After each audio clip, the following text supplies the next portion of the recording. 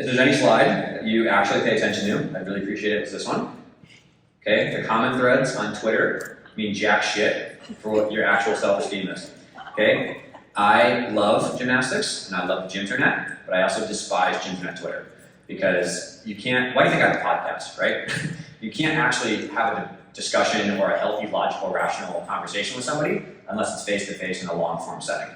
And so I know all too well of what can come from, I run a company that is literally based on social media input, and that's how we get a lot of feedback, that's how we reach people. So it's a wonderful place. There's some amazing things that have happened on social media, but without fail, every year comes and I watch every single meet, and I watch every single judge, and I watch every single feedback. That's my job, is to know what's going on with landings and stuff like that.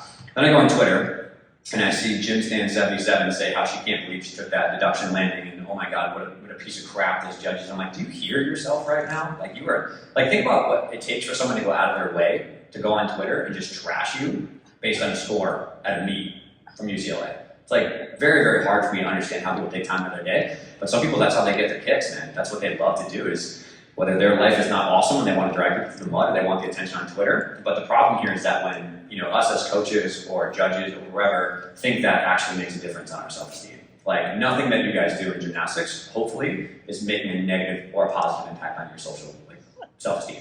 So I just really encourage you to use the social tools for their benefit, and then just try your best to not go the other way.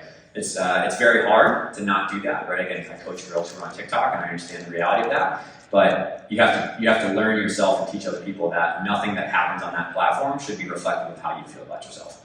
And I think if that alone can be something, I almost made this like a repeat after me, like say it out loud mantra, but I figured we could just do it this way.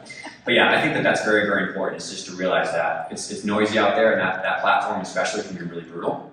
It can be great, but it can also be really, really tough on judges, I think, in particular. So, and you guys know more than me, right? Like you go to meets, and I think somebody was saying yesterday, was it Linda actually this morning? She was saying like she deducted something for body posture, people are booing her, people are doing that. Like no one's ever happy, man. No one's ever happy no matter what. Unless their team gets 10s all the time and wins with a perfect score on every event for the whole season, like no one's gonna be happy.